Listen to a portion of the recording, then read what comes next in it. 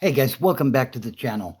As you can see by the title, it's 95% pure boredom, 5% pure mayhem. And this, I don't know if I'd necessarily call it boredom. You know, you make the best of the situation that you're in. And, we'll get into that. I'm talking about doing time here, obviously. If you're new to the channel, around 1990, I became involved with drugs and alcohol and some gang activity. And over the next 15 years, I would basically waste those years of my life chasing an addiction and, you know, harming others, basically, whether it be physically, emotionally, or mentally. And eventually, I was able to turn my life around, and you can too.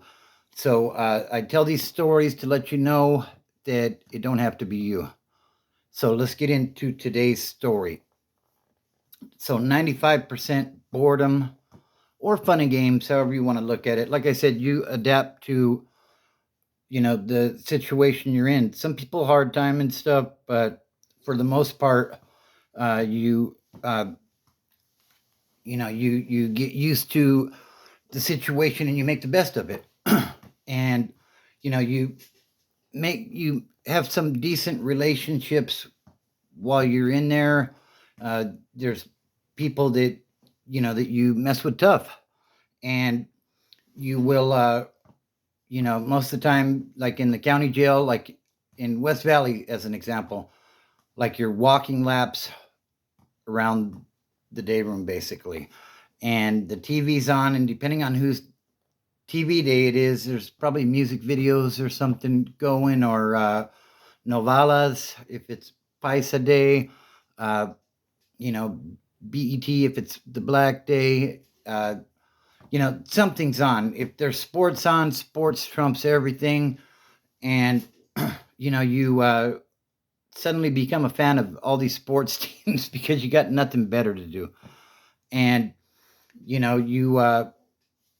like I said, you make the best of it. You play cards, you play chess, whatever, dominoes, whatever your thing is. You work out in West Valley. They don't like you working out. They want you to go to outside rec and work out, but they never take you there. And, you, like I said, you make the best of the situation. Now, on the 5% mayhem, maybe it's less than 5%, but my last time through, it was cracking everywhere. But a lot of times when I was locked up, somebody will come along and whisper to you, hey, stay on your toes. There's an issue with filling the group, basically, whether it's the blacks or the Southsiders or the Paisas or whoever.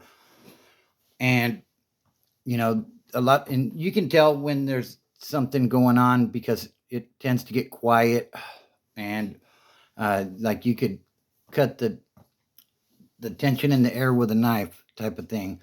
And everybody will group up, and you group up with your people, and whoever the group is that the problem is with, they'll group up with their people.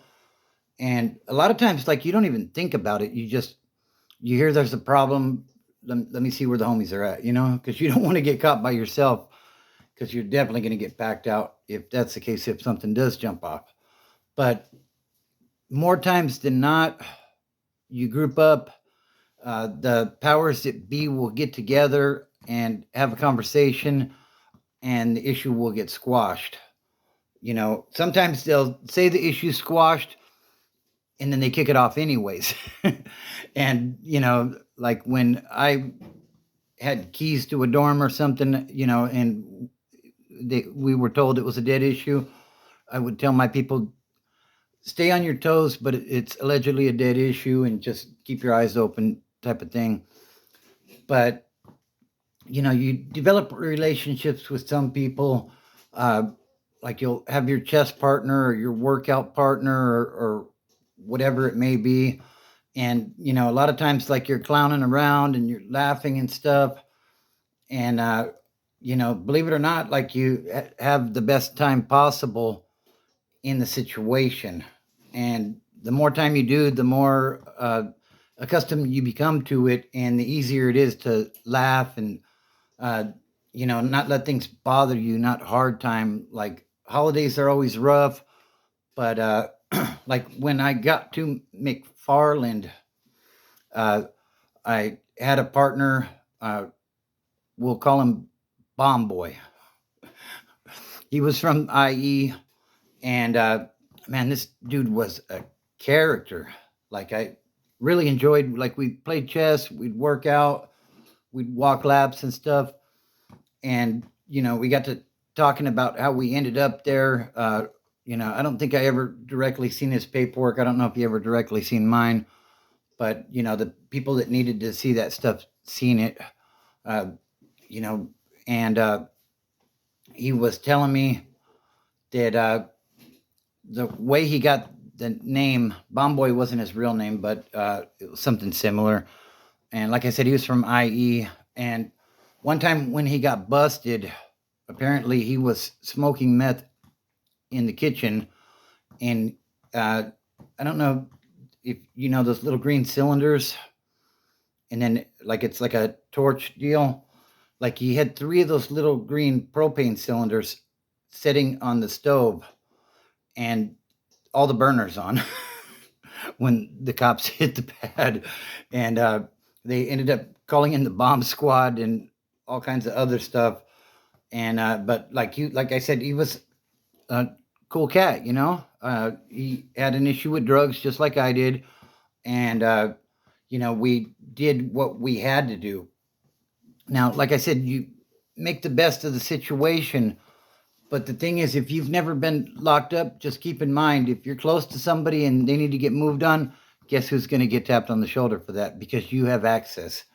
And the thing is, when you are in jail or even prison, the longer that you're there, you notice trends in things. Like when you go to yard, certain groups are in certain places, certain people, like some people play handball a lot.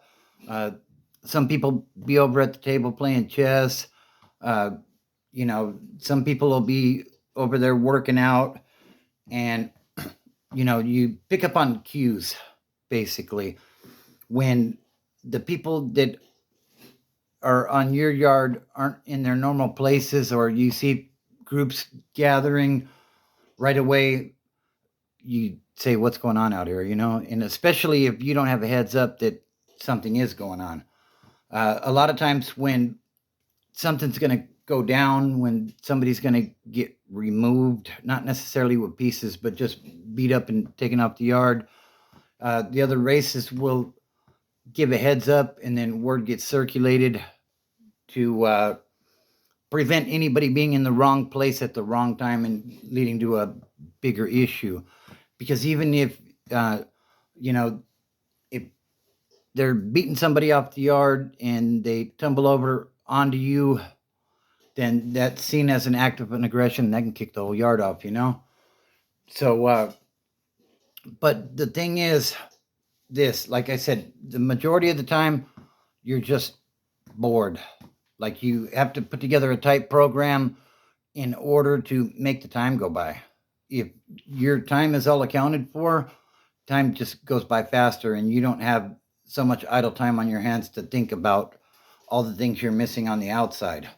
Uh, like I said, the majority of the time, everybody groups up when there's tension, and they come to a conclusion that doesn't involve violence, but occasionally it does. And the majority of the times when I was in riots and such, things were almost spontaneous. When I went to Delano CCF, like I literally walked right into that. So how was I to know there was even tension besides the fact that there was about 30 white boys grouped up? And I said, oh, wow, let me see what's going on over here. When I was in reception and it kicked off on the yard, literally once again, like my first time on a prison yard, literally, like not even out there 10 minutes, and they're throwing smoke bombs and get down on the yard, get down on the yard. So yeah, prison is a crazy place. And the thing is, sometimes it does a 180 on you in in a hurry. You're laughing and joking and kicking it with the homies and eating a spread, and something's going on over there, and you're looking to see, are my people over there? Does this involve me? Is this my business? And like it changes like drop of a hat. You know what I mean? And you went from laughing and joking to having smoke bombs thrown at you and potentially pepper sprayed. So it's good day to get sober. If you're not, the thing is, I was an addict for a long time, and I was able to do it. So you can do it too. I believe in you. The thing is, I always say this is just about building a strong foundation around you. The thing is, if you're on a good team that works together and has each other's back, it makes it so much easier. I look out for you, you look out for me, type of thing. And that's what it's all about. So I hope everybody's weekend is off to a great start. I'll probably be going live Sunday night.